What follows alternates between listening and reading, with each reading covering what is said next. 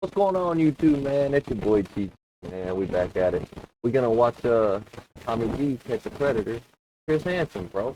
I never knew that. Oh, I watched TommyG a lot. Chris Hansen a lot. Tell me how this video is a year old. Seeing it. That's crazy. We're gonna check it out though. Nobody loves to watch these fucking sick bastards get caught more than I do. Why did you ask her if she was willing to do a gangbang? She sounded Damn, eager. I got deep she quick. sounded like she wanted to learn, and I made a mistake. You think, bub? You think? I think he's gonna pull up around from the left. What up, Tommy? Close the door too, it's got cold. What do we got here? Jeremy, Oh, you shouldn't squat in leave. the back. These gentlemen want to talk to you. Why did you think it was okay to leave your teenage girl home alone to come here and meet another teenage girl, Jeremy?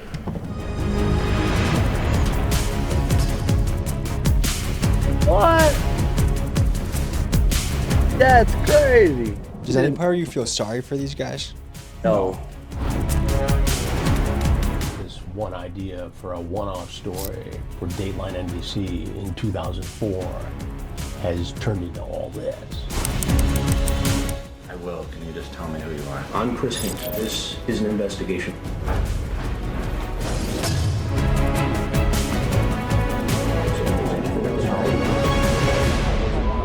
Oh yeah.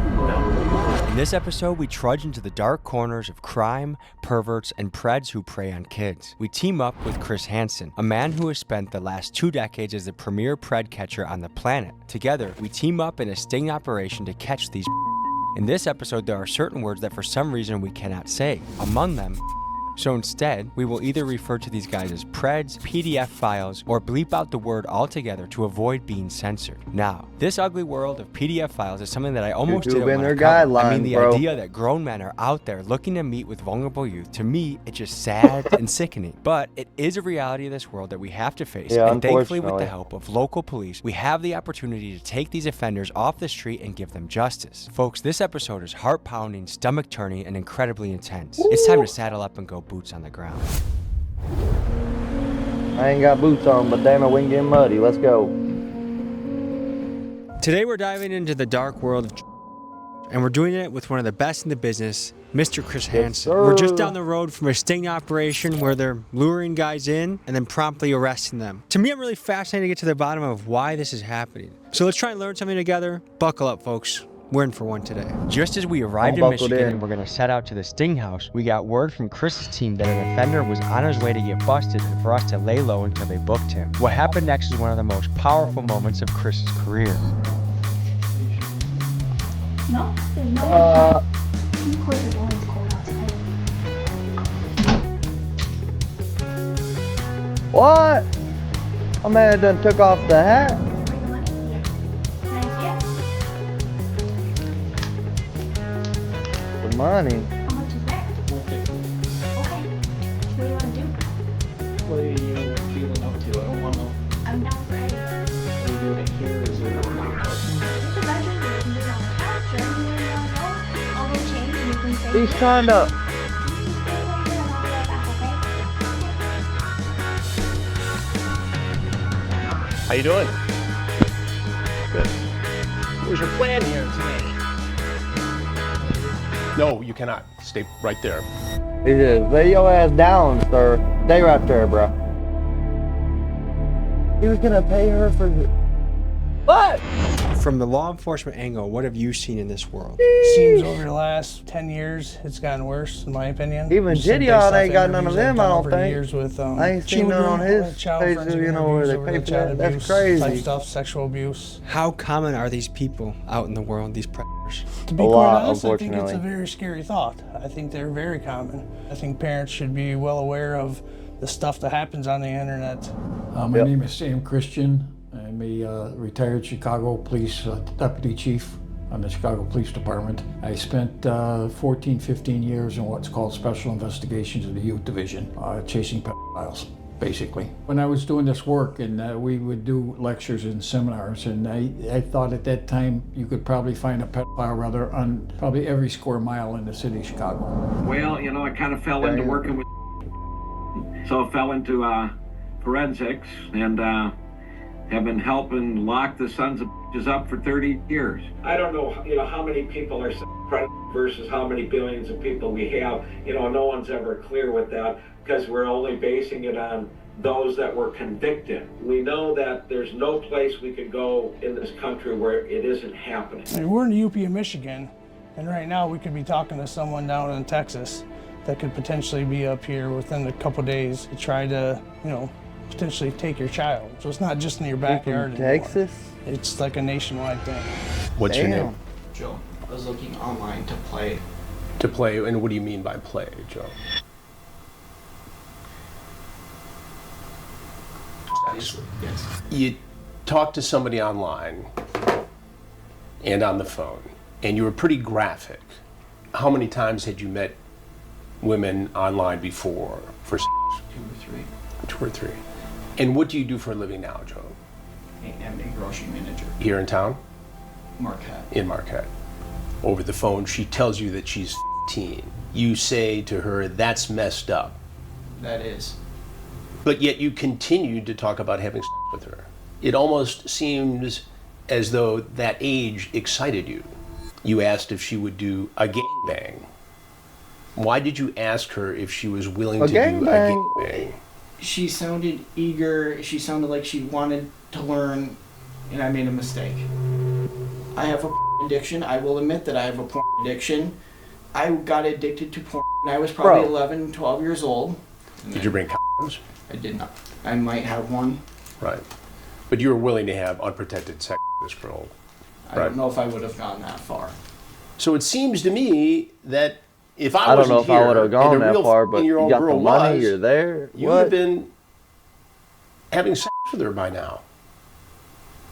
I should go away for a very, very, very long time. Yes, you should. About myself. All right, Joe, Yes, well, you there's something should. you need to know. You're Chris Hansen with... He knew. Chris Hansen. Have you seen the shows before? I have. And what have you thought of those shows? But I appreciate what you do. Well, thank you.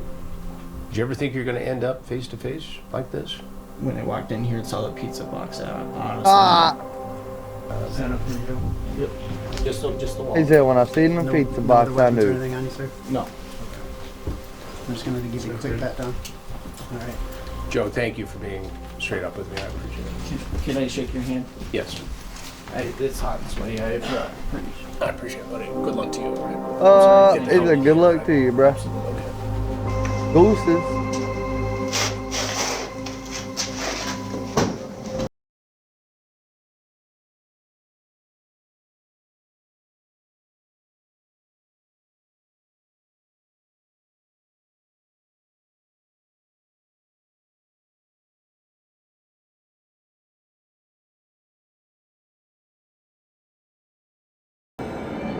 It sounds messed up to say, but I couldn't help but feel bad for some of these guys. I mean, I know that if they followed through with what they were going to do, that they very well would damage a kid for life. But still, watching them throw their life down the drain in real time just made me feel sad for them. And due to the pathetic nature of what they were setting out to do, my guess is these guys live very miserable lives. Does any part of you feel sorry for these guys? I don't. No. Tommy, you're tripping for that. Irreparable, Fuck lifelong these damage to kids. Dudes that do I that felt like just looking at them, I feel repulsed. quite I feel literally ick, can dig I their own feel- grave, in my And I opinion. just feel good, like hearing that door shut behind, like I had like a word in my head, just justice. Let's head to the Sting house. So what's going through your head when you bust a guy like that? It's sad to see that we have this in the community, but it's good to see something come out of it to get these people off the streets. The maximum for the punishment is 20 years to life. Easily at least serve a couple years. Hopefully we have a successful rest of our day. And we at the Sting house.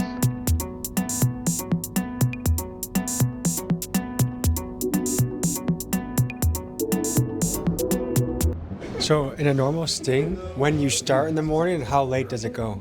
You know, we've gone till the next morning, 6 o'clock in the morning, depending on who's coming. So we might be having a slumber party tonight. Could happen. It's happened before. So this weekend we have sting That's operation sad that there's that from many. Marquette County Sheriff's Department. Decoys will go undercover posing as children and see if men will approach them and try to make a date for sex. If they do, they will be invited over here. I will confront them, and then they'll be arrested by the Marquette County Sheriff's Office. We've been doing investigations for 20 years now, and yet here we are, 20 years and probably 600 guys later. The problem is worse than ever before. You've pioneered a whole new genre of content where now there's people that their entire career is doing somewhat very similar things. One, did that blow your mind? And two, not all of them get the guys arrested. You know, when I stop to think about it, now that you mention it, it is kind of mind-boggling. This one idea for a one-off story for Dateline NBC in 2004. It's a Dateline hidden camera investigation no parent will want to miss. He thinks he's at this house to have sex with a 15-year-old girl. Chris Hansen with a Dateline hidden camera investigation. Has turned into all this.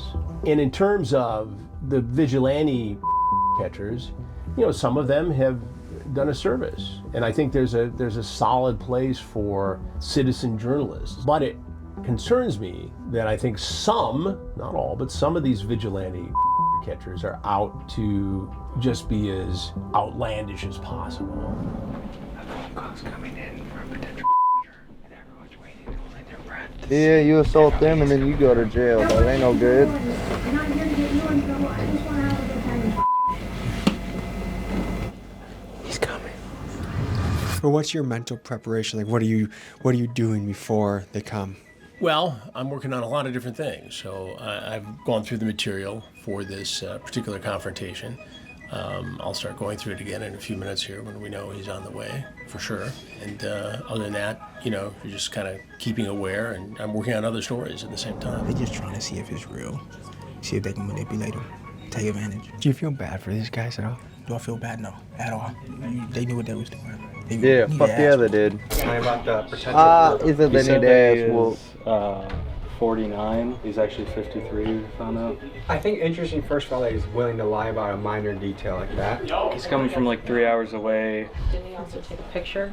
He took a picture of his on the side of the road, sent it to the decoy. Okay, you guys are some of the world experts in tracking down. What kind of commonalities do you notice amongst these guys? Traits, characteristics? They all lie about inconsequential details. This guy that just said he's 49, he's really 53. We've had guys lie about the type of car they're driving. How has doing this job changed how you guys look at the world? Like, I feel like when I have kids, they're not getting on anything. And Chris talks about all the time. Yeah, for that sure. When he first started doing this, he thought he was going to do it like once or twice. And now, 20 plus years later, he's still doing it. And he's busier than ever. And he's busier than ever. There are busier exponentially sad, more bro. platforms upon which adults can approach children. So while there is more activity now than ever before, it's more difficult to detect. I think technology has opened this up. I think people are more exposed to fantasies. Is it It's all just men scary. or ever women showing up here? I've never had a woman. Never had a woman. Women like to have a connection, whereas men are like out hunting for whatever. So the women, it's always somebody who's closer. The female, you're more likely to see in the teacher-student scenario. The female wants to know the victim. The male likes the anonymity. Miss Nutley was a teacher at St. Xavier High School. This is a Catholic school in Springfield Township, a Catholic school of all places. Has doing this job made you look at men? That don't surprise me. I don't know why you say I Catholic always school. Like, thought there man, were the priests perverts out don't, there, but, you know? like, there's so many, I guess. To get an idea of the damage this crime can cause a family, we spoke with a mom whose child suffered from the hands of an exploitive adult, and she spoke to the impact this had on her life. I didn't notice everything until maybe 3 years into the relationship. I started noticing that he was a little bit like not affection. So I kind of just assumed that he was cheating on me. We took a trip out to Michigan, and that's when I actually found out that my daughter had a boy over. I investigated deeper into her phone and found out that this other kid was actually 23. So I called the cops, and they did lock him up. But that same night, something was bothering me about why was she so comfortable in my bed? So I went and asked my daughter, has Tim ever touched you? And Tim was right behind me and I felt him. I felt his energy behind me, like the nervousness. And she said yes. I turned around, I just start throwing things at him. And that's when I used, have you ever my daughter? He nodded. One time. I'm so confused at this moment. I'm like, well, what are you talking about? You said one time, but you're saying no. What's going on? He was on a run for at least 2 weeks. He took a plead, the 10-year plead. It was underage. He just repeatedly with underage. This is such a cat and mouse game. Like, we'll have like someone 30 minutes away, call. And then they chicken out. Or someone calls back, like, hey, I want to pee on you. And then they chicken out. Comes in, goes out. We try to maintain a low key, but you gotta eat good. Gotta bring beef jerky. If you gotta bring beef jerky. How many people would you bust? It really varies by location. You know, there have been some where we've packed in four guys in an afternoon. And then there's some where we've showed up and we've been there for 2 days and nobody shows up. What are 2 the days major would be red crazy, bro. flags of a that people can be aware of or think about? So if we just take an extreme, on one extreme, we know these people because they're always talking the language. Instead of calling people kids, they're F toys or, you know, even dates, they're objects. On that end, we know who those people are because they're always verbalizing. But most are at the other end. They have a great social persona. They look good, they sound good, but they're very schmoozy. And it's that schmooziness that we forget. That's psychopath traded. In any way, do you feel bad for these guys? Sometimes, you know, you get a guy who gets on his knees, who spent 6 months in battle in Iraq, maybe has PTSD, and he's begging you for forgiveness. You can't help but feel bad. But at the end of the day, if we weren't here and a child was here, what would have happened? Because there's no doubt in my mind, a large number of people that are incarcerated are going to get back out and restart again. Hi. I'm sorry I missed your call. Yeah, I'm like 30 minutes away. I was just making sure you're going to be still up. Getting hung up on the carpet. I'm still up. I'm waiting. Alright. So, what do you just want to text me the address when I call you back, or what do you want to do? Yeah. Just let me know when you're in Ishpeming and I'll text you the address. Alright. Okay. Hurry up. I can't wait to see ya.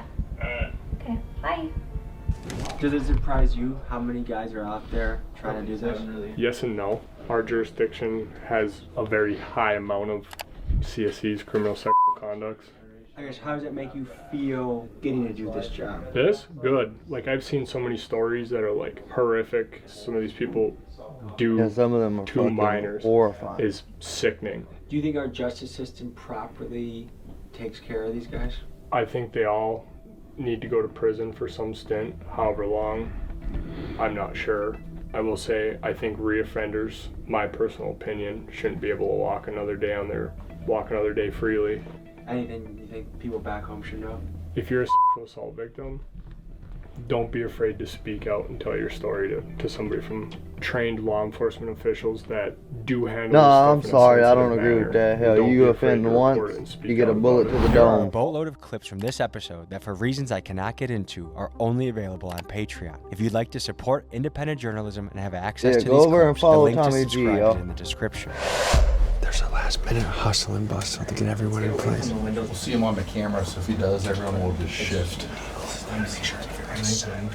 Just do a final check your phones, everything's. How well do these guys usually scope out a place before they go to it?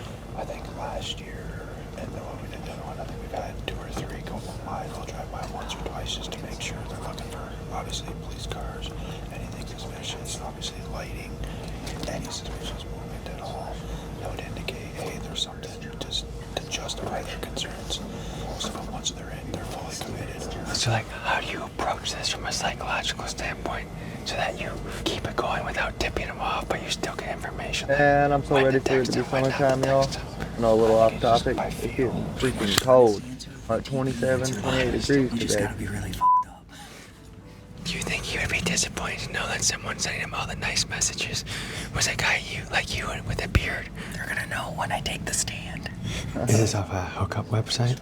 Yeah, this is off of a website that just strictly deals with prostitution. So he's probably been there, done that before. Usually.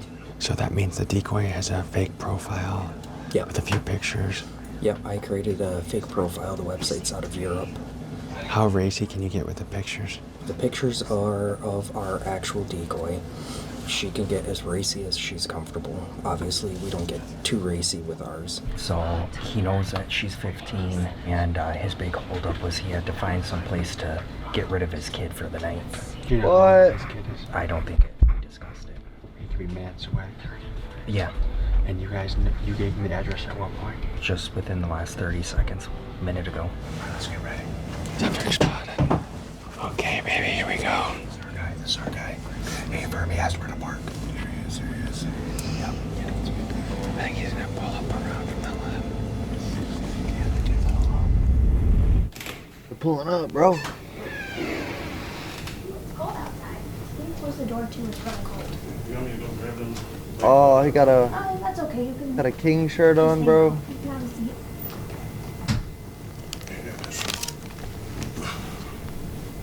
King story, bub. Okay. So what made you think it was okay to drive an hour, bring weed and alcohol to a 15-year-old girl after a sexually charged conversation? I didn't know she was. Okay, we can go round and round, but she told you. What made you think that this was okay? I didn't think it was okay. You didn't think it was okay. So why did you do it? I just. Jeremy, I asked you not to do it. Hey there, Jeremy. I asked you not to leave. Is there anything else Savage. you want people to know about the situation you're in Savage. tonight, Jeremy? Why did you think it was okay to leave your teenage girl home alone to come here and meet another teenage girl, Jeremy? All right, we're gonna sit you up, okay? Let's roll over to your back. Bring your knees up to your chest. Ready? 1, 2, 3. Go ahead and take a seat. Jeremy, how old are you? 41. 41. And what do you do for a living, Jeremy?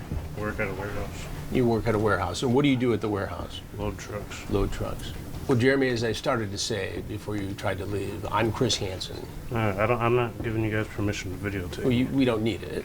Okay, well, I don't have nothing to say. We do stories on men who try to meet kids for sex. And you've become one of those stories. Is there anything else you want people to know? No.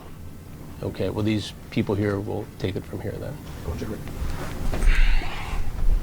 Get his ass out of here. Chris, you just completed 2 days, a lot of bus. What's going through your mind right now?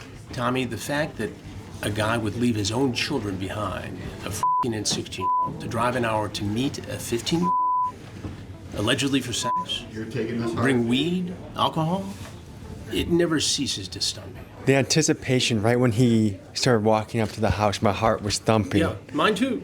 Still does. It's an amazing thing. I mean, I've seen it so many times through the television, seen how it goes, but then to be here in the moment, it's like a rodeo when you're out there. You don't know what's going to happen. And typically, we have the element of surprise. Yeah, I mean, sometimes for these sure. guys are suspicious. Sometimes they'll say, "You're Chris Hansen," before I can say, "I'm Chris Hansen." He obviously felt pretty comfortable when he saw the undercover deputy posing as the 15-year-old girl. He thought that this was going to go to plan. And when she excused herself, it was time for me to come in and ask my questions. I'm sure every guy comes in and tries to deny to some level. Sure. Oh, yeah, Is it everyone. airtight? Like, is there any way this guy can't say, I didn't know she was 15? The way the sheriff's detectives and deputies work, they have a clear record of informing the alleged that this person they're coming to visit is 15. Is playing dumb the most common defense mechanism? It's playing dumb. I didn't see the age. They try to convince the detectives that because you have to be 19 to get on that platform, that they assume that they were 19, even though people get on these platforms at a younger age. Do you think he knew he was an animal in a trap by the time you sat down with him? I think he knew he was in trouble. I don't think he knew who I was. And so he's wondering, am I the mad dad? Am I the police? Or am I someone else? To see what you've been doing the last many years, busting guys like this, getting them off the street, America's rooting for you, man. I appreciate it, Tommy. I appreciate So, it very much. Well, thank you. Thanks, man. Thanks for being with us. Thank you. All right, folks. Well, that's what it's like inside of Operation busting and putting them to justice. We'll see you guys next week. What you have just seen is the tip of the iceberg when it comes to what True Blue has to offer. They have countless